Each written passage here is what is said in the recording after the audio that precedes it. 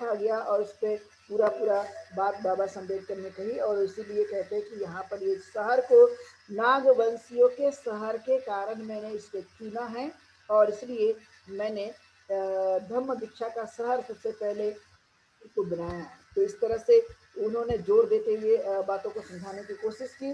लेकिन यदि दूसरे लोग ऐसा मानते होंगे कि वे दूसरे विचार वाले लोग रहते इसलिए मैंने इस शहर को चुना है, तो वे कहते हैं कि इस तरह की जो भावनाएं हैं उनकी काफ़ी गलत धारणाएं हैं, इसका वास्तविकता से कोई भी संबंध बिल्कुल भी नहीं है। ऐसा उनका मानना ये बेबुनियाद है और उनको ऐसा नहीं मानना चाहिए, बल्कि मैंने अपने लोगों के कल्याण के लिए, हित के लिए और उनके विकास के लिए मैंने ये धर्म स्वीकार किया है। और इसलिए मैंने मुझे लगता है कि अब विरोधी जितना भी मेरा विरोध कर दे, लेकिन मैं इन विरोधियों से अब कोई मैं डरने वाला नहीं हूँ, बल्कि कड़ा मुकाबला करने की मैंने पूरी पूरी तैयारी कर ली है।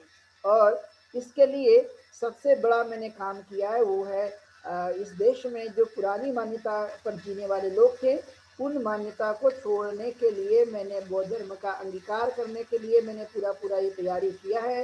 लेकिन बौद्ध धर्म कोई हमारा ये कोई बाहर से उधार लिया हुआ धर्म नहीं है। वे और इसकी व्याख्या करते हुए बताते कि मैंने भारत में उदित हुआ धर्म को स्वीकार किया है, क्योंकि भारत में ही बौद्ध धर्म का उदय हुआ, यहीं पर उसका विकास हुआ और इसकी उत्पत्ति करने वाले या इसका निर्माण करने वाले भी वह भारत में थे और भारत के हैं। और इसलिए ये धर्म हमारे लिए कोई बाहर का धर्म नहीं है। बाकी के रिलीजन के बारे में वो कहते हैं कि सारे के सारे जो है ये बाहर के धर्म हैं, लेकिन भारत का कोई असली धर्म है तो इस धरती पे उदित हुआ धर्म जिसे हम बौद्ध धर्म की शिक्षा कहते हैं या जीवन जीने का रास्ता कहते हैं, यही हमारे लिए इस देश का हमारा अपना धर्म है। और इसलिए मैंने इसको अंगीकार करने पर जोर दिया है और इसको मैं पूरी तरह से इसकी तैयारी करके मैं इसको अपनाने की मैं पूरी कोशिश कर रहा हूँ। और इसलिए आलोचकों ने कई बार अखबारों में जो है गलत चीज़ें छापने की कोशिश की कि अम्बेडकर ने जो है वो अपने राजनीति फायदे के लिए धर्म दीक्षा ग्रहण की है। लेकिन उसका भी जवाब देते हुए कहते बाबा अम्बेडकर कि मैंने बहुत ही बड़े लंबे समय से जब मैंने राजनीति में कदम भी नहीं रखा था तब से ही मैंने धार्मिक गतिविधियां शुरू कर दी थी। मैंने धर्म का जो बीज है वो मेरे अंदर पहले से ही अंकुरित था, पहले से ही वह विद्यमान था और मैंने अपने जीवन काल में पूरी तरह से उतारने की कोशिश भी की थी। तो ये एक बड़ी एक अहम बात देखने के लिए मिलती है जो बाबा अम्बेडकर ने बताई। और आज के समय में भी यही बातें हमें देखने के लिए जो है महत्व की बात होती है कि हम पढ़कर भी यदि हम दूसरे लोगों का उधारी धर्म यदि मानते होंगे तो पढ़ लिख कर भी पढ़े जैसे लोग नहीं माने जा सकते। बाकी के लोगों को लगता है कि ये इस देश का है, लेकिन ये व्यवस्था इस देश की नहीं है। चाहे वो वैदिक व्यवस्था हो, चाहे फिर वो क्रिश्चियन की व्यवस्था हो, चाहे इस्लाम की व्यवस्था हो या बाकी के और रिलीजन के बारे में यदि हम देखते हैं तो वो बिल्कुल भी नहीं है। भारत की असली कोई संस्कृति रही है तो उसका नाम श्रमण संस्कृति है कि भारत में श्रमण संस्कृति में ही यहाँ से पहले से ही सत्य को खोजने की परंपरा विकसित की थी। घर को छोड़कर त्यागने की जो परंपरा है वो श्रमण संस्कृति ने की थी। इसके अलावा कोई घर को छोड़कर जाने की इस तरह की सत्य को पाने की कोई भी संस्कृति ने इस तरह का व्यवस्था पर जोर नहीं दिया। वे परंपरागत ढंग से चीज़ों को माना करते थे। वहाँ पर कोई तर्क का नामो निशान नहीं है। वहाँ पर आप तर्क नहीं कर सकते, वहाँ पर आप सोच नहीं सकते, वहाँ पर आप लोग कुछ चिंतन नहीं कर सकते। यहाँ पर पूरी तरह से आज़ादी दी गई कि आप अपने स्वतंत्रता के आधार पर अपने दिमाग का इस्तेमाल करते हुए जो आप थिंक करना चाहते हैं, जो आप सोचना चाहते हैं, जो ज्ञान बढ़ाना चाहते हैं, जो अपनी तरक्की करना चाहते हैं, अपना विकास करना चाहते हैं, तो आपको पूरी तरह से आज़ादी यहाँ पर दी गई है। और वो भी आप अपने स्वयं कर्तव्यों का पालन करते हुए इस तरह की प्राप्ति कर सकते हैं। इस पर ज़्यादा से ज़्यादा जोर देते हुए इन बातों को बताया गया, इन बातों को समझाया गया। और यही एक बड़ा प्रभाव जो है वो हमें देखने के लिए मिलता है कि प्राचीन काल से ही इस तरह की व्यवस्था जो है वो धार्मिक व्यवस्था में बौद्ध धर्म की जो बातें थी वो ज़्यादा प्रासंगिक लगी, और इसलिए उन्होंने विरोधियों का विरोध होने के बावजूद भी उससे वे डरे नहीं, और बौद्ध धर्म का बड़े पैमाने पर प्रचार और प्रसार करने की बड़ी रूपरेखा उन्होंने तैयार की थी, जो आज के हमारे समय के लिए बहुत ही महत्वपूर्ण है। वे सोचते थे कि बहुत सारे जो लोग हैं मुझे नष्ट करना चाहते हैं, मेरे इस कार्य को खत्म करना चाहते हैं, पर उन्होंने कहा मुझे इसकी कोई भी परवाह नहीं करनी है, मुझे अपने कार्यों को, अपने लोगों को स्वतंत्र करके ही दम लेना है। वो भी इसलिए उन्होंने कहा कि मेरी एक नैतिक जवाबदारी ये है कि मैं जिस कुल में जन्मा हूँ, जिस जाति में मेरा जन्म हुआ है, मेरा परम कर्तव्य है कि उन लोगों की समस्या को दूर मैंने करना चाहिए, क्योंकि मेरे अलावा उनके बारे में सोचने वाला, जानने वाला और समझने वाला कोई भी नहीं हो सकता। मैं उनकी मूलतः समस्या जानता हूँ, क्योंकि मैं ही उनमें से निकला हुआ व्यक्ति हूँ, और जब मैं उनमें से निकला हुआ व्यक्ति हूँ तो मैं उनकी समस्या जानता हूँ। इस बातों को आज यदि वर्तमान में ले तो हमने ये विचार करना चाहिए कि हम भी समाज का एक अंग हैं, और उसी समाज से हम लोगों ने अपनी तरक्की की है, आगे बढ़े हैं, तो हम सब लोगों का ये कर्तव्य बन जाता है कि हम लोगों ने भी उनकी इस बातों से सहमत होकर कि हम भी उस समाज के ही अंग है, और जब उस समाज के अंग है तो हमने उनकी रक्षा करने के लिए, उनके कार्यों के लिए, उनके दिशा निर्देशों को अपने जीवन काल में उतारने के लिए पूरी पूरी कोशिश करनी चाहिए, और तभी जो है ये चीज़ें आगे बढ़ने की पूरी पूरी संभावना हो सकती है। और इसलिए वो कहते हैं कि मैंने दिलो दिमाग से मैंने ये चीज़ें जान ली थी कि अब मैं अपने जीवन काल में दूसरों के कल्याण के लिए मैं अपना पूरा जीवन निछावर करूँगा, और उनसे ही मेरे जीवन में काफ़ी कामयाबी होने की संभावना पाई जा सकती है, और इसमें मुझे किसी भी प्रकार का कोई संदेह नहीं है, अपने ऊपर मुझे कोई डाउट नहीं है। मैंने इतनी इच्छा शक्ति को अपना बढ़ा लिया है कि मैं अपने लोगों का कल्याण करने के अलावा कभी भी मैं पीछे हटने वाला नहीं हूँ, और मैं सभी प्रकार के कल्याण की मैं योजना उन लोगों के लिए बना रहा हूँ, क्योंकि लोग ऐसा मानते थे कि जाति के आधार पर अलग अलग लोगों को अलग अलग काम जो दिए गए हैं, और यही अपने उस ब्राह्मणी व्यवस्था के आधार पर करने की कोशिश करें।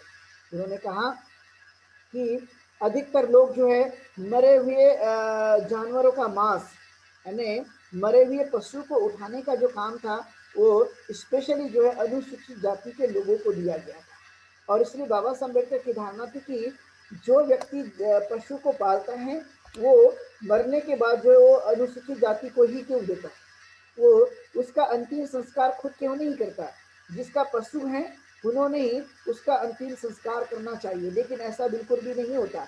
यानी पूरे दिन तक उसका दूध खुद खाएंगे या पिएंगे, और उसके पैसों का भी पूरा पूरा इस्तेमाल वो खुद करेंगे, लेकिन ऐसा क्यों किया जाता है कि जब उसकी मृत्यु हुई तो तब अनुसूचित जाति के हाथों या उनके हवाले क्यों कर दिया जाए। ये सबसे बड़ा प्रश्न जो है बाबा साहब अम्बेडकर ने उस काल में उठाने की कोशिश की, और उन्होंने कहा ऐसा अब मेरे लोगों ने बिल्कुल भी नहीं करना चाहिए।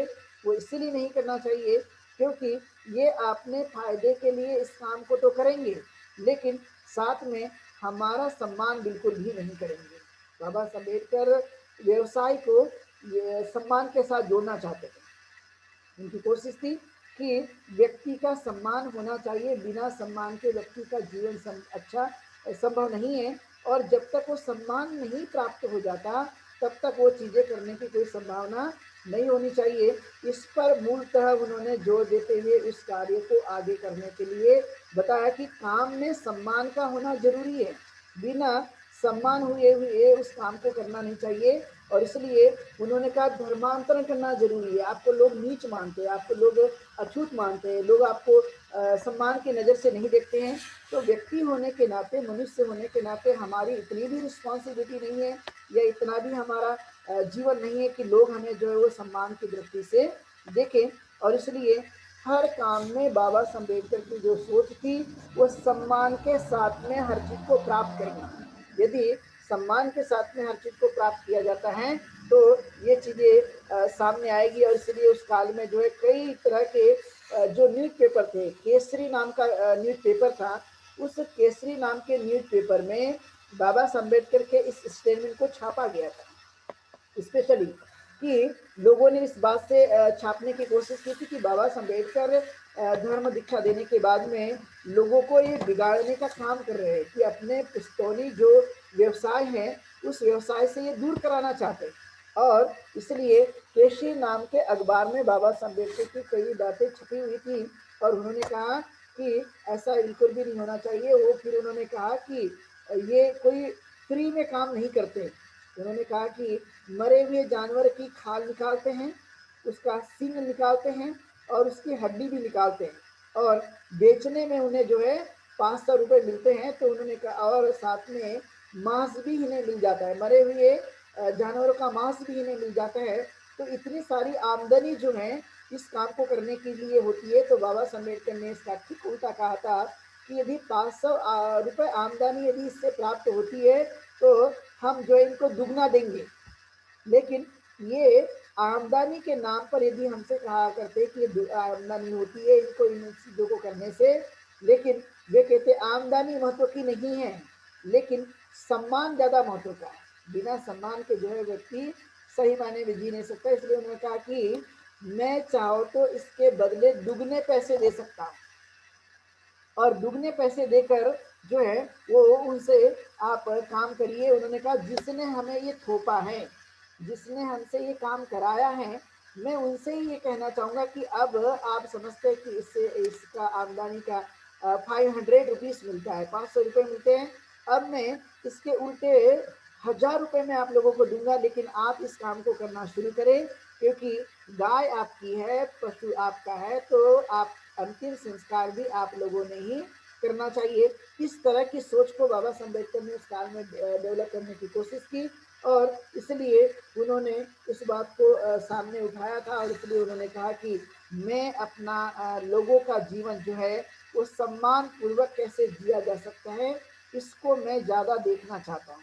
क्योंकि अब बहुत हो चुका है, अब लोग हमारे साथ में इस तरह की चीज़ों को अब जब तक हम विरोध नहीं करेंगे, जब तक उसका मुकाबला नहीं करेंगे, तब तक ये चीज़ें समाप्त होने वाली नहीं है। और इसका बड़ा हल्ला उस काल में मच गया था कि बाबा साहब अम्बेडकर ने इस तरह की बातों को कहा। इन्होंने सामाजिक व्यवस्था को ही तोड़ने की कोशिश की है। इस तरह का बाबा साहब अम्बेडकर के ऊपर में ब्लेम किया गया था। उन्होंने कई एग्जाम्पल बताया कि देश के अंदर में किस किस तरह के काम होते हैं और लोग जो है किस किस माध्यम से पैसे कमाने की कोशिश करते हैं। लेकिन उन्होंने कहा पैसा महत्व का नहीं है, लेकिन इज्जत और अभिमान और स्वाभिमान ज़्यादा महत्व का है। इससे बड़ा कोई काम महत्व का नहीं है। इस बात को उन्होंने खासकर लोगों के सामने प्रस्तुत करने की कोशिश की थी और इसलिए उन्होंने कहा कि मैं अब धर्म के मार्ग में आया हूँ और इसी के साथ साथ मैं राजनीतिक अधिकार को भी प्राप्त करके ही रहूँगा। मैं अपने लोगों के लिए पूरी तरह से राजनीतिक अधिकार जब तक मैं प्राप्त नहीं कर लेता हूँ और धार्मिक लोगों को नहीं बनाता, तब तक मैं इस तरह से दम लेने वाला नहीं हूँ या मैं अपने कार्यों से पीछे हटने वाला नहीं हूँ। कितनी भी मुसीबतें आ जाए लेकिन मैं इससे हटने वाला नहीं हूँ। और इसलिए उन्होंने कहा कि मैंने आप लोगों की जो मुक्ति है वो नरक से मुक्ति दिलाई है। वो खुद कहते हैं बाबा साहब अम्बेडकर कि मैंने आप लोगों की जो मुक्ति है वो नरक के माध्यम से दिलाने की मैंने कोशिश की है। और उनका कहना ये था कि जिस हालात में आप लोग थे उस हालात से मैंने आप लोगों को निकालने की कोशिश की है और आपको मैंने वहाँ से मुक्त करने की कोशिश की है और यही एक मनुष्य का काम था। और तब उन्होंने कहा था कि जब मैं हिंदू धर्म में पैदा हुआ जो मेरे बस की बात बिल्कुल भी नहीं थी, लेकिन मैं भी और मेरे लोगों को भी अब जितना हो सके तो उनको हिंदू बन के मरना पड़े, मैं ये कतई ही नहीं चाहता। बाबा साहब अम्बेडकर की इसके पीछे बड़ी एक व्यापक संकल्पना थी कि मैं ही नहीं, अब मेरे लोग भी जो है वो हिंदू बनकर मरेंगे नहीं, बल्कि वे अब बौद्ध बनकर ही मर सकते हैं। मैंने ऐसा इंतजाम किया है और इस इंतजाम के कारण लोग जो इसका लाभ मिलेगा। तो जो मैंने पहले ये बात 1935 में कही थी, अब मैंने उसको साबित कर दिया है। मैंने सिर्फ कहने के लिए ये बातें नहीं कही, अपितु मैंने उन बातों को अब साबित कर दिया है। पहले मैंने कहा था कि मैं हिंदू बनकर जो है वो जन्मा था, लेकिन अब हिंदू बनकर मरूंगा नहीं। तो बाबा साहब अम्बेडकर कहते हैं कि मैंने 21 साल पहले ये बात कही थी, लेकिन अब 21 साल के बाद में मैंने इस बात को साबित कर दिया है, जो मैंने अपने जो मैंने आप लोगों से वादा किया था, जो मैंने आपसे इच्छा जताई थी, जो मैंने आप लोगों से प्रॉमिस किया था, वो सभी की सभी बातें मैंने आप लोगों से पूरी कर दी है, जो मैंने लंबे समय से इसे कहा था। अब मैं हिंदू बनकर बिल्कुल भी नहीं मरूंगा, ये मैंने साबित कर दिया। अब मेरा जीवन जो है वो बौद्ध धर्म के आधार पर ही जीवन को जिया जा सकता है। और इसलिए उन्होंने इस बात को बताने की कोशिश की, और इसलिए उन्होंने कहा कि लोकतंत्र की जो कीमत है उसमें एक विचारधारा को देखने के लिए और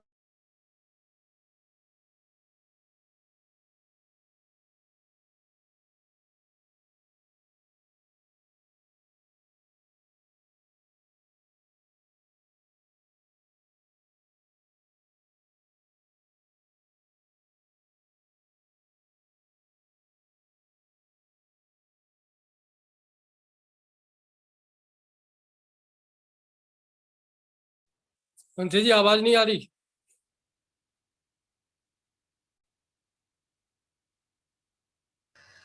तो उनका जो कहना था कि इस देश में मुझे लोगों के जीवन को बदलने के लिए पूरी तरह से मैंने कोशिश की है, लेकिन मैं कार्ल मार्क्स के सिद्धांतों को भी देखता हूँ, लेकिन मैंने जो समझा है कि बुद्ध के सिद्धांत से बढ़कर कोई दुनिया में सिद्धांत नहीं है, और इसलिए मैंने इस सिद्धांतों को आप लोगों के लिए ला कर दिया है। इसलिए आप लोगों को संस्कारित होने के लिए, अच्छे समाज का निर्माण करने के लिए, एक इंसान बनने के लिए ये मैंने आप लोगों को ये धर्म ला कर दिया है। आप लोग इसको पूरी तरह से समझिए, इसका अनुकरण कीजिए, क्योंकि पहले तो ब्राह्मणों के आधार पर आपका जीवन बना था, आप उनके अनुसार जीवन को जीते थे। लोग मरते हैं तो मरने में भी कहीं ना कहीं वो कि अलग अलग प्रकार की बातें कहा करते थे। लोग की शादी करनी है तब भी अलग अलग तरह की बातें किया करते थे। आपके हर संस्कार को कहीं ना कहीं वो शुभ और अशुभ से जोड़ने की कोशिश किया करते थे। लेकिन आज आपने देखा होगा कि इस कोरोना की महामारी के इस युग में कोई ने ये घोषणा करके नहीं बताया कि अभी शुभ है क्या अशुभ है। अभी ये कुछ चीज देखने के लिए नहीं मिल रही है, लेकिन हर चीज को उन्होंने इस चीजों से जोड़कर बताया था। इसलिए बाबा साहब अम्बेडकर ध्यान आकर्षित कराना चाहते हैं कि आपका जो रिमोट कंट्रोल है समाज का, वो आपके हाथ में नहीं था, और इसलिए मैंने उस रिमोट कंट्रोल को अब जीवन भर के लिए पूरी तरह से बंद कर दिया है। अब आप लोगों का जीवन का रिमोट कंट्रोल जो है वो अपने हाथों में है। आप जब चाहो जैसा चाहो उस आधार पर अपने रिमोट कंट्रोल का संस्कारित बनने के लिए, इंसान बनने के लिए, विकास करने के लिए, स्वतंत्रता और बंधु भाव और प्रेम और मैत्री को बढ़ाने के लिए उसका इस्तेमाल कर सकते हैं जितना आपको करना है। तो इस तरह की स्वतंत्रता मैंने आप लोगों को लाकर दी है, और ये स्वतंत्रता जो है वो आपको आगे बढ़ने में कहीं ना कहीं मदद करेगी, आपको आगे बढ़ने में ये सहायता करेगी। इसलिए आप लोगों को इसका अनुसरण करने पर जोर देना चाहिए। यदि जितना ज़्यादा जोर दिया गया तो इसका फायदा जो है वो बहुत हो सकता है। फिर वो बड़ी अपनी अनुभव की बात बताते हैं। वे कहते कि मैंने फटे पुराने कपड़े पहन पहन कर भी पढ़ाई की है। मैं ज़्यादा जो है वो पढ़ने पर रुचि रखता था। पढ़ने पर रुचि रखने की वजह से मैंने, यदि ऐसे हालात भी आ जाए तो मैंने फिर भी फटे पुराने कपड़े पहन पहन कर भी मैंने पढ़ना कभी छोड़ा नहीं है। मैंने पढ़ने पर पूरा पूरा जोर दिया है, और इसलिए वो कहते हैं कि कई बार इन सभी चीज़ों का या इन मुसीबतों का मुझे सामना करना पड़ता था, लेकिन मैंने मनुष्य होने के नाते मनुष्य के लिए जो उत्साह बनाए रखने की जो बातें होती है उस बातों को कभी मैंने कमज़ोर होने नहीं दिया। मेरी उत्साह की जो बातें थी वो हमेशा मेरे जीवन में बनी रही, और अपने मन को मैंने हमेशा अच्छा बनाने की मैंने पूरी पूरी कोशिश की है। इसलिए चाहे शरीर पर कपड़ा फटा हो, लेकिन अकल या बुद्धि जो है वो मैंने अच्छे से उसको बनाने की मैंने कोशिश की है। और इसलिए वे कहते हैं कि कई बार ऐसा होता है कि बहुत सारे जो लोग हैं वो मिल मालिकों के मजदूर हैं। बाबा साहब अम्बेडकर उस समय की बातें कहते हैं जिस समय में ये चीज़ें होती थी, और वे मिल चलाते हैं और उसके मैनेजर के उसकी मैनेजर की नियुक्ति करते हैं, लेकिन मैनेजर की नियुक्ति करने के बाद पैसा आखिरकार मैनेजर को उतना पर्याप्त मात्रा में नहीं मिलता, लेकिन मालिक को जो है उसका सबसे ज़्यादा पैसा मिलता है। और इस तरह की योजना चला चला कर जो है लोग ये ज़्यादा से ज़्यादा कई चीज़ें करने की कोशिश करते हैं, लेकिन बाबा साहब कहते कि मेरा जो ध्यान था वो ज़्यादातर था संस्कारित और सुसंस्कारित बनने के लिए। मैंने ज़्यादा ये कोशिश की कि लोग जो है इस तरह से काम को करने की कोशिश करते हैं, और इसलिए मैंने अपने मन में उत्साह को बनाए रखने में पूरा पूरा जोर दिया। मैंने अपने मन को कभी कमज़ोर होने नहीं दिया, और फटे पुराने कपड़े पहन पहन कर भी मैंने पढ़ाई की।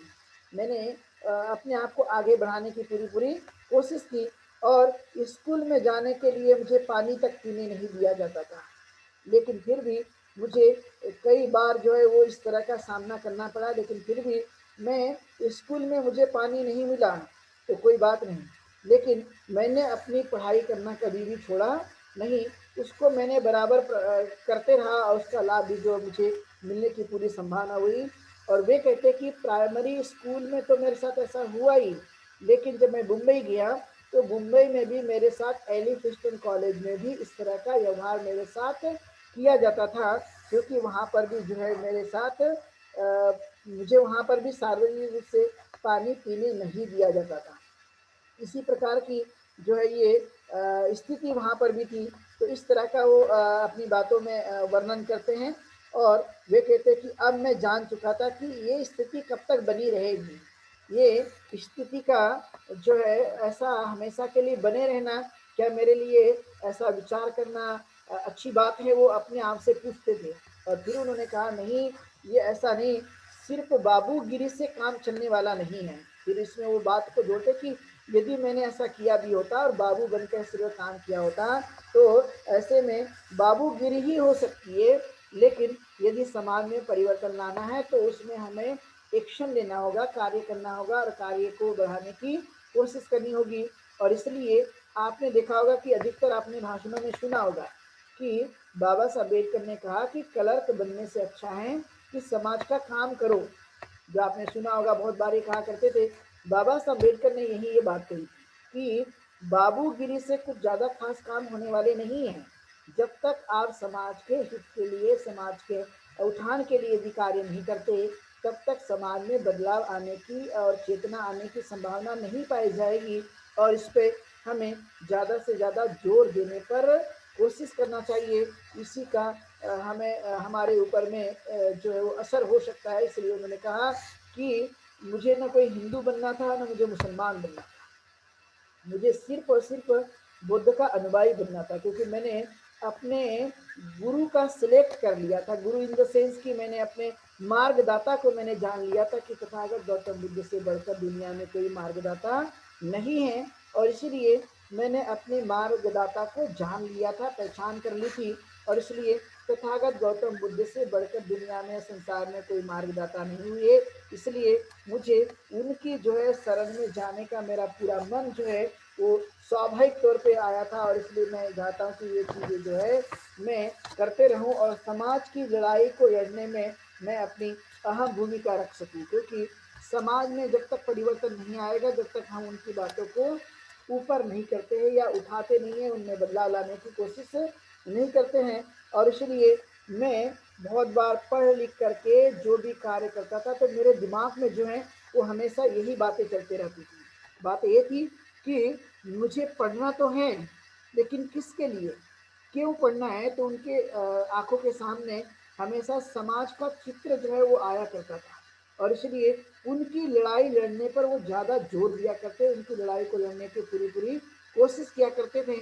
और इस पर उन्होंने अच्छी तरह से काम करते हुए समाज की दिशा को बदलने का पूरा पूरा काम किया। और इसलिए कहा जाता था उस काल में कि बाबा साहब अम्बेडकर के पास जो नॉलेज है, वो नॉलेज जो है कई ग्रेजुएट के बराबर है, क्योंकि इतना सारा उन्होंने उस काम को करने की कोशिश की थी। और मैं कोई अकेला नहीं हूँ, वो कहते कि मैं कोई अकेला व्यक्ति नहीं हूँ, ऐसे मेरे समान कई ग्रेजुएट लोग हैं, लेकिन होने के बावजूद भी उनका समाज के अंदर में क्या कंट्रीब्यूशन है, समाज के लिए क्या विचार करते हैं, समाज के बारे में क्या सोचते हैं, तो वे कहते हैं कि वो ज़्यादा विचार नहीं करते, क्योंकि वो ज़्यादातर अपने स्वयं के बारे में विचार करने की कोशिश करते हैं और वे सामाजिक योग्यता हासिल करने में जोर नहीं देते। मैं जो करता हूँ, समाज के बारे में विचार करता हूँ, इसका मतलब है कि मैं सामाजिक परिवर्तन के लिए, सामाजिक विकास के लिए, समाज के लोगों को उत्थान की तरफ ले जाने के लिए मैं इस तरह का विचार करने पर जोर देता हूँ, ताकि यदि ये मैंने जोर दिया तो समाज और सोसाइटी में बदलने की पूरी पूरी संभावना हो सकती है। और इसलिए मैं ज़्यादातर इन चीज़ों को अपने आँखों की उस नज़रिया से देखने की कोशिश करता हूँ, जिससे समाज में एक बड़ा परिवर्तन आने की संभावना हो सकती है। और इस पे मैंने पूरा चिंतन और मनन करने की मैंने कोशिश की है। कई बार मैं अपने प्रोफेसरों से बात करते रहता था।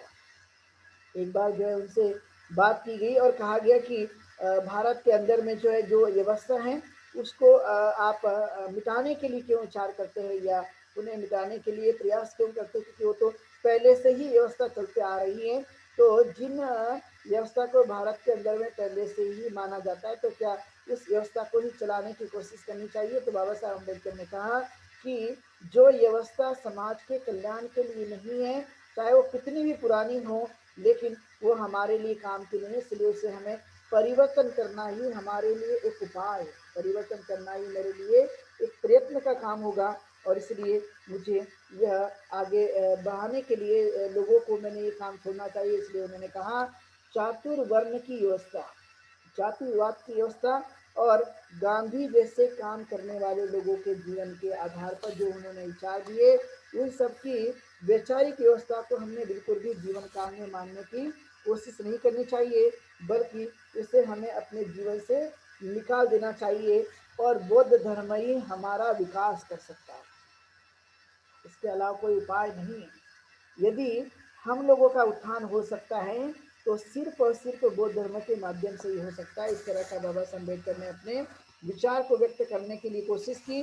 और उन्होंने कहा कि मैंने बहुत बार इस देश के हिंदू धर्म को बदलने के या उनमें सुधार लाने के लिए मैंने बहुत सारे सुझाव दिए, लेकिन वो कभी भी सुझाव को मानने के लिए तैयार नहीं है, क्योंकि वो सुधार के ऊपर बिलीव नहीं करते, अपितु पहले से जो मान्यता चलती आ रही है उसको ही वह मानने की कोशिश करते हैं। और इस तरह से वह धर्म कभी बदल नहीं सकता, उसमें कोई परिवर्तन नहीं आ सकता। और इसलिए उन्होंने कहा कि बुद्ध का दर्शन ही समानतावादी है, और बुद्ध का दर्शन समानतावादी है। और इसलिए बौद्ध भिक्षुओं की जब संघ बनाया गया, तो संघ बनाने के बाद में इस संघ में सभी प्रकार के लोग आए हैं। इसमें ब्राह्मण भी आए, इसमें क्षत्रिय भी आए, इसमें वैश्य भी आए, इसमें शूद्र भी आए। सभी प्रकार के लोगों का इसमें हमने समर्थन किया, सभी लोगों को इस संघ में शामिल किया। लेकिन दूसरी तरफ देखते हैं तो वहाँ पे सब लोगों को शामिल नहीं किया जाता। तो बुद्ध का धर्म ये समानतावादी है, और समानतावादी होने की वजह से ही इस धर्म को मैं पसंद करता हूँ, क्योंकि यह दर्शन मुझे बहुत अच्छा लगता है, यही हमारे लिए कल्याणकारी है। और जब तक ये चीज़ें नहीं होगी, अलग अलग जाति और धर्म के लोग, अलग अलग पंथ के लोग, लेकिन एक रास्ते में रहते हुए अलग अलग राष्ट्रों में रहने के बावजूद भी संघ का आदमी सिर्फ संघ का होता है। भिक्षु संघ का आदमी सिर्फ भिक्षु संघ का माना जाता है, वो कोई अलग नहीं माना जाता है।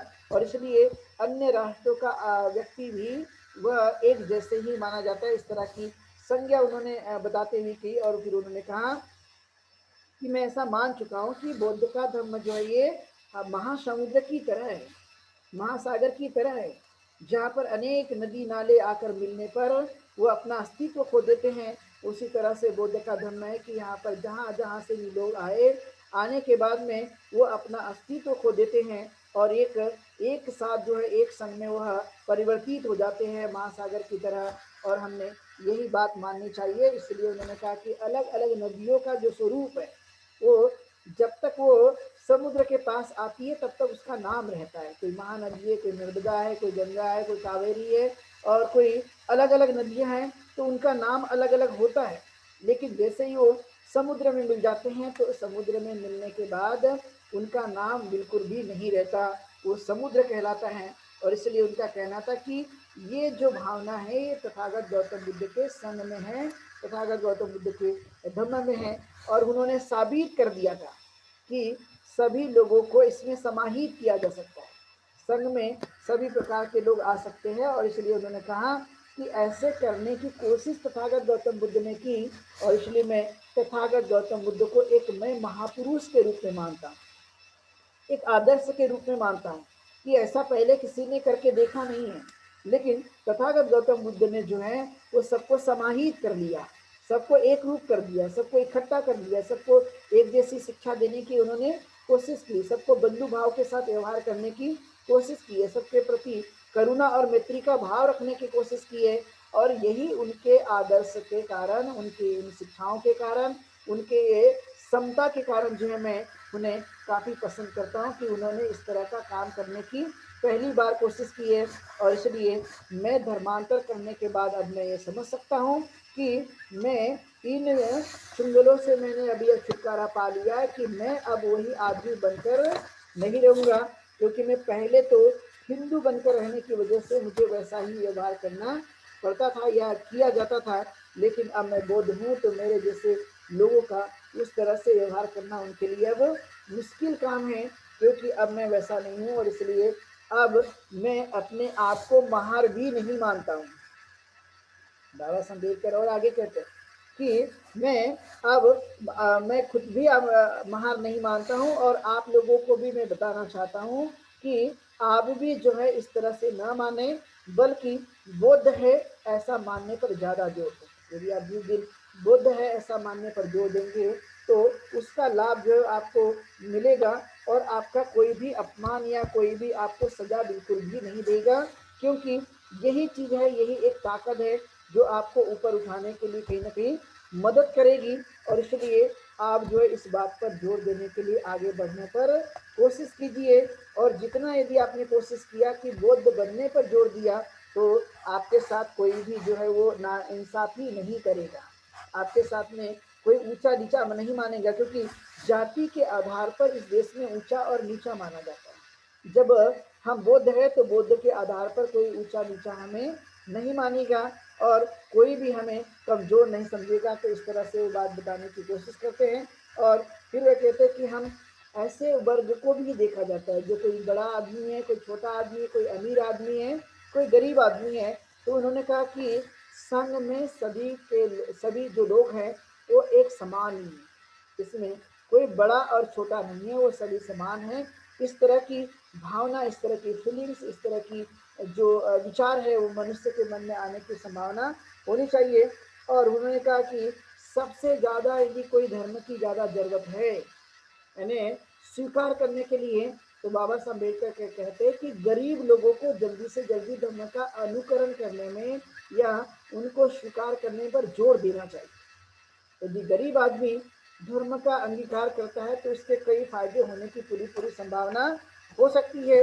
लेकिन गरीब आदमी कभी धर्म को नहीं मानता, वो रूढ़ी परंपरा और कर्मकांड के चक्कर में फंस जाता है। लेकिन बाबा साहब कहते हैं कि ऐसे गरीब जनता को बौद्ध धर्म का अंगीकार करना चाहिए और बौद्ध धर्म के आधार पर उनको जीवन जीने की कोशिश करनी चाहिए, क्योंकि सबसे ज़्यादा जो उत्पीड़न है या सबसे ज़्यादा जो दुखी व्यक्ति है वो गरीब आदमी होता है। उत्पीड़न भी उन्हीं का सबसे ज़्यादा होता है, दुख भी उन्हें ज़्यादा मिलता है, यानी अनेक प्रकार की समस्या जो उनके जीवन काल में आती है। क्यों? क्योंकि आपने देखा हो कि वे व्यक्ति सबसे ज़्यादा जो अपना रुपया है खर्च करते शराब में। तो जब वो धर्म का अंगीकार करेगा तो धीरे धीरे वह इस प्रवाह से निकलते जाएगा, शराब से मुक्त होते रहेगा। तो इसलिए गरीब आदमी की मुक्ति का एक प्रमुख कारण हो सकता है कि उन्होंने धर्म को बदलना चाहिए, धर्म के अनुसार आचरण करने पर जोर देना चाहिए। यदि ये काम करने की कोशिश की गई तो उम्मीद जताते हैं बाबा साहब अम्बेडकर कि मुझे उम्मीद है कि ऐसे लोगों का जीवन स्तर बदलेगा, ऐसे लोगों के जीवन में काफ़ी कुछ तरक्की देखने के लिए मिलेगी, काफ़ी कुछ विकास देखने के लिए मिलेगा। और ये उन्होंने करना ही चाहिए, यदि नहीं किया गया तो फिर वो कभी बदलेंगे नहीं। इसलिए उन्होंने कहा कि घबराओ मत, आप लोगों के लिए मैंने ऐसा उपाय करके लाया है, ऐसी सोच मैंने लाई है जिसके कारण आपको ये तरक्की करने का रास्ता आप लोगों को मिल सकता है। और इसलिए धर्म से आप लोगों को चिपकना चाहिए, धर्म के साथ जुड़ना चाहिए, धर्म के साथ आना चाहिए, क्योंकि ये धर्म की आवश्यकता अपने जीवन के लिए, मतलब धर्म जो है वो हमारे जीवन में क्रांतिकारी परिवर्तन लाने का काम करेगा। और बाकी के आडंबर जो है वो आपके जीवन में कभी भी कुछ लाकर देने वाला नहीं है। और इसलिए हमें यह जानने और मानने की जरूरत है। और इसलिए वो कहते हैं कि दुनिया जो है वो बुद्ध को मानती और जानती भी है, भारत ही नहीं। वो कहते हैं कि पूरी दुनिया में जो है वो बुद्ध को जानते भी है और मानते भी है। इनके साथ तो उनका जानना और मानना भी यही है। और इसलिए बाबा साहब अम्बेडकर ने फिर एक एग्जाम्पल देकर बताया था दीक्षा भूमि पर कि जब दुनिया बुद्ध को मानती और जानती है तो दुनिया में बुद्ध की मूर्ति रखो और राम और कृष्ण की रखो। बाबा साहब अम्बेडकर ने यहाँ पे सवाल उठाया कि जब आप बुद्ध की मूर्ति रखेंगे तो बुद्ध की मूर्ति लोग जो है वो खरीद कर लेकर जाएंगे, लेकिन राम और कृष्ण को कोई भी पूछने वाला नहीं है, क्योंकि राम और कृष्ण ये वैश्विक नहीं है, ग्लोबल लेवल पर इनका कोई आइकॉन नहीं है, कोई इनको जानता नहीं है। लेकिन दुनिया में यदि कोई बड़ा आइकॉन आपको देखने के लिए मिल सकता है या बड़ा अस्तित्व किसी का देखने के लिए मिल सकता है, तो वे कहते कि तथागत गौतम बुद्ध हैं। उनको पूरी दुनिया में लोग जानते और मानते भी हैं। और दुनिया जिनको जानती और मानती है, और हमारे देश में जो रहने वाले लोग हैं वो जिनको दुनिया जानती और मानती नहीं है उनको मानते हैं, और दुनिया जिनको जानती और मानती है उसको बिल्कुल भी नहीं मानते। तो उनका कहना था कि ये इतना बड़ा फर्क या इतना बड़ा जो चीज़ें हैं वो मैंने देखने की मैंने कोशिश की है, और इसका बड़ा प्रभाव जो है सोसाइटी में होता हुआ मुझे नज़र आया है। और इसलिए मैं अब दुनिया को समझ गया हूँ कि मेरा एक संदेश है कि सबका उत्थान कहीं किस कारणों से हो सकता है, तो वह सिर्फ और सिर्फ तथागत गौतम बुद्ध के मार्ग से ही ये उत्थान संभव हो सकते हैं। इसके लिए अलग अलग कोई जो है बातें नहीं है, इसको हमें मानने की कोशिश करनी चाहिए। और इसलिए वो कहते हैं कि जो जीवन है मनुष्य का, उस मनुष्य के जीवन में अच्छी तरह से उपाय करके जीवन को देखना और मानने की हमें कोशिश करनी चाहिए। और इसलिए हमें इस चीज़ों को आगे बढ़ने पर जोर देना चाहिए, और अपने आदर्श को हमेशा जीवन में एक उदाहरण के रूप में एक अपने माइंड में पिक्चर हमेशा उनका बना रहना चाहिए, और तभी जो है वो आदर्श को हम सही मायने में समझ सकते हैं। तो आदर्श सिर्फ पूजने के लिए नहीं है, बाबा साहब कहते कि आदर्श जो है वो स्वीकार करने के लिए है, जीवन में उतारने के लिए और उनकी बातों को समझने के लिए है, अनुकरण करने के लिए है। और वही चीज़ें हमें करने पर ज़्यादा से ज़्यादा जोर देना चाहिए। यदि ये काम किया गया तो इसका जो लाभ है वो हमें मिलने की पूरी पूरी संभावना हो सकती है, और इस पर जितना हो सके तो हमने बल देने की कोशिश करनी चाहिए। पहले के समय में ये बात देखी जाती थी कि ज़्यादातर जो लोग हैं वो अलग अलग मान्यता को माना करते थे, अलग अलग बातें उनके दिमाग में आते रहती थी। लेकिन वे कहते कि अब अलग अलग मान्यताओं को मानने की जरूरत नहीं है, सिर्फ और सिर्फ बुद्ध का ही रास्ता हमें मुक्ति दिला सकता है। इस रास्ते पर हमें ज़्यादा से ज़्यादा चलने पर, विचार करने पर जोर देने की हमें कोशिश करनी चाहिए। और इसलिए मैं पूरी जिम्मेदारी के साथ अब लोगों के लिए मैं काम करने में लगा हूँ, और लोगों को इस मार्ग में ही लाने की मैं पूरी तरह से कोशिश कर रहा हूँ, ताकि सभी की भावना एक जैसी बन सके, सभी लोग एक सूत्र में वहाँ बन सके, जिससे समाज के अंदर में न्याय स्थापित होगा।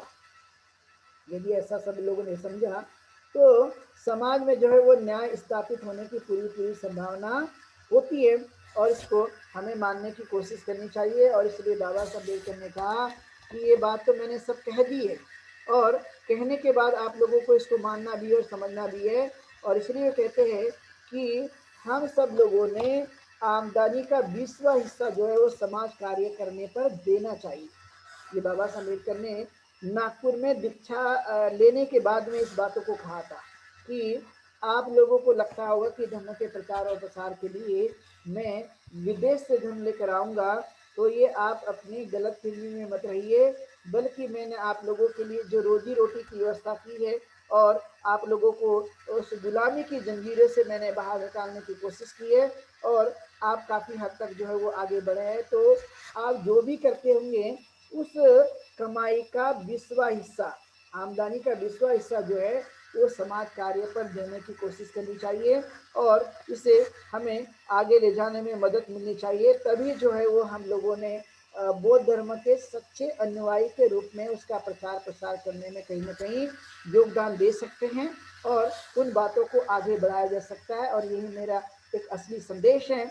और इसलिए उन्होंने कहा कि बहुत सारे ऐसे मित्र हैं मेरे पूरी दुनिया भर में जो बौद्ध धर्म को मानने वाले हैं और जानने वाले हैं और ये चीज़ें भी करते हैं, लेकिन अब ये एक कल्याणकारी धर्म है। वो उदाहरण देते हुए बताते हैं कि एक व्यापारी का पुत्र, यस नाम के व्यापारी का पुत्र जो कि वाराणसी का रहने वाला था, बहुत ही बड़े व्यापारी का पुत्र था, लेकिन उसको ये घर में रहते हुए जितनी सुकून या सुख नहीं मिलता था, तो उन्होंने उसको लगा कि मुझे कहीं ना कहीं सुख मिलना चाहिए और इसलिए एक बार सुबह सुबह जो है वो सारनाथ की तरफ बढ़ते, जहाँ पर तथागत गौतम बुद्ध थे और यही कहता था कि बड़ा दुख है जीवन में, मैंने सब करके देखा लेकिन बहुत दुख है।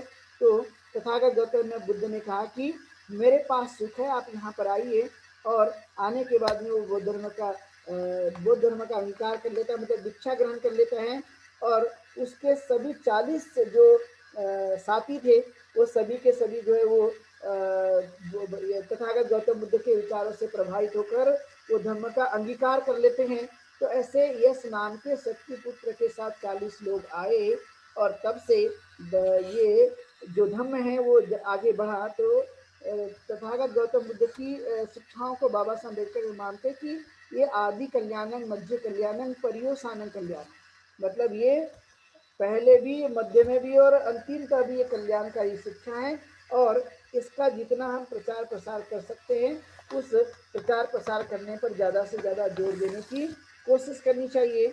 यदि ये काम किया गया तो इसका लाभ जो है वो हम सबको मिलने की पूरी पूरी संभावना हो सकती है।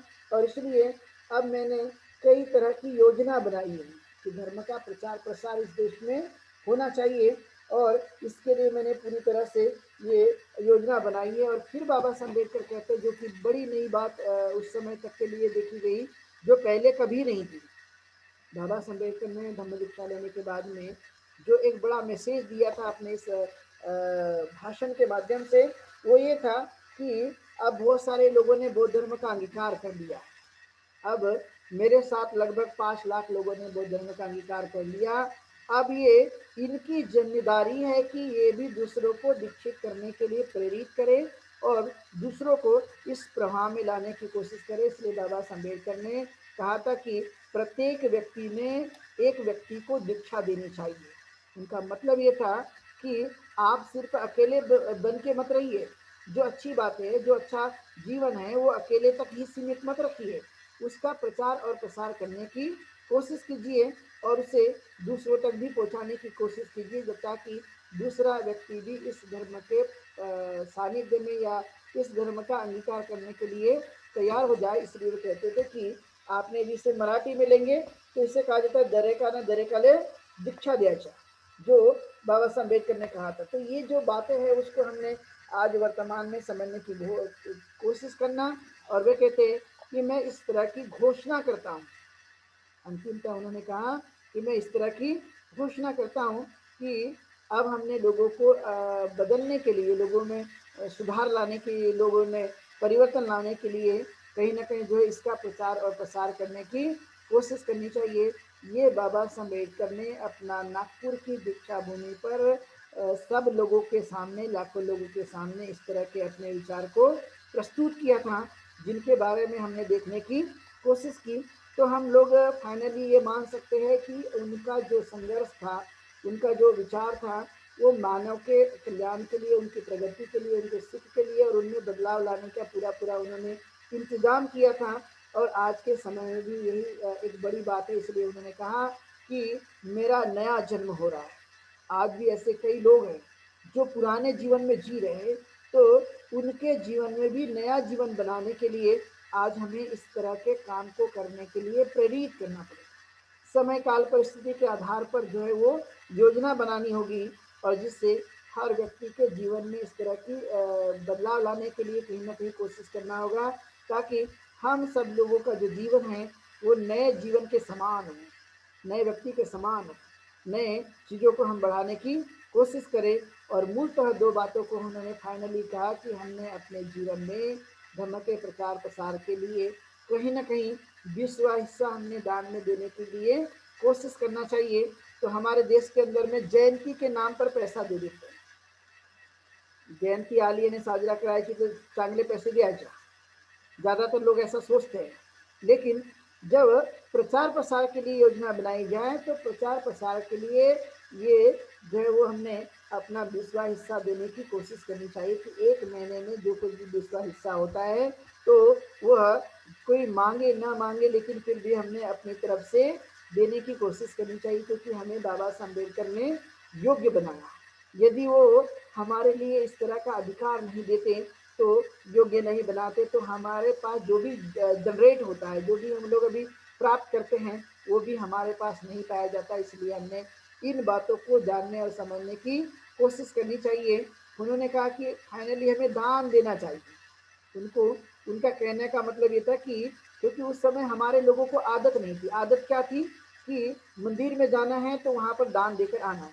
लेकिन बौद्ध धर्म की ऐसी कार्यक्रम में या प्रचार प्रसार के लिए कोई पैसे दिए जाते हैं या दान दिया जाता है, ऐसा लोगों को ज़्यादा पता नहीं था। इसलिए बाबा साहब अम्बेडकर ने उस तत्कालीन समय में इस बातों को कहने की कोशिश की। इसलिए हमें भी ये जानने और समझने की कोशिश करना चाहिए कि हमें वर्तमान में इस तरह के कार्यों को आगे बढ़ाने के लिए जो बाबा साहब अम्बेडकर ने मैसेज दिए कि अपनी कमाई का जो 20वां हिस्सा है वो हमने देने की कोशिश करना है, यानी दान देने की हमने कोशिश करनी चाहिए। और उसे हमें दान पारमिता को बढ़ाए रखने में जोर देना चाहिए।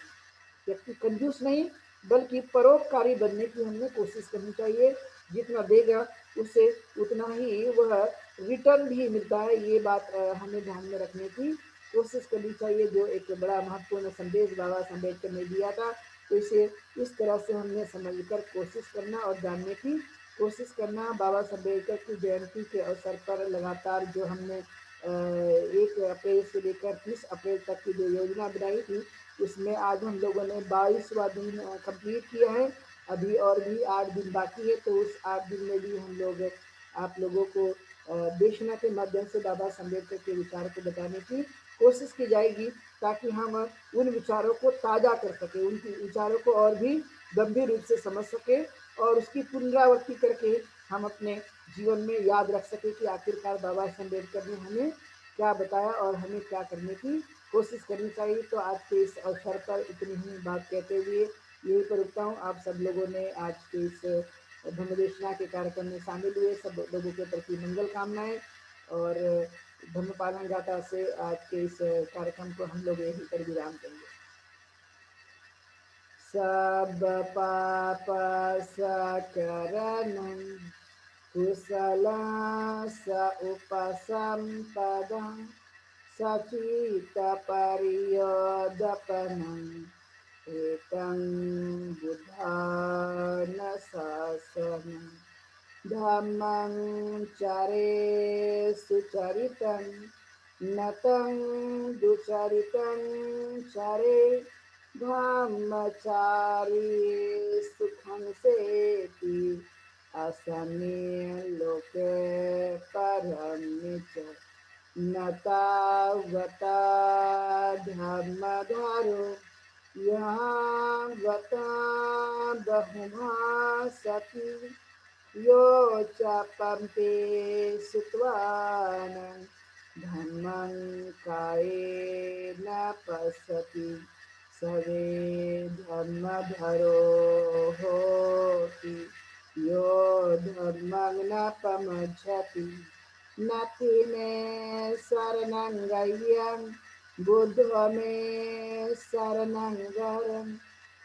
एतेन सच्चवचेन होति ते जयमङ्गलम् नति मे शरणं गह्यं धम्मो मे शरणं वरम् एतेन सच्चवचेन होति ते जयमङ्गलम् नति मे शरणं गह्यं संघो में शरणं वरं एतेन सत्सवर्षेण होतु ते जयमङ्गलम् नमो बुद्धाय नमो धम्माय नमो संघाय साधु साधु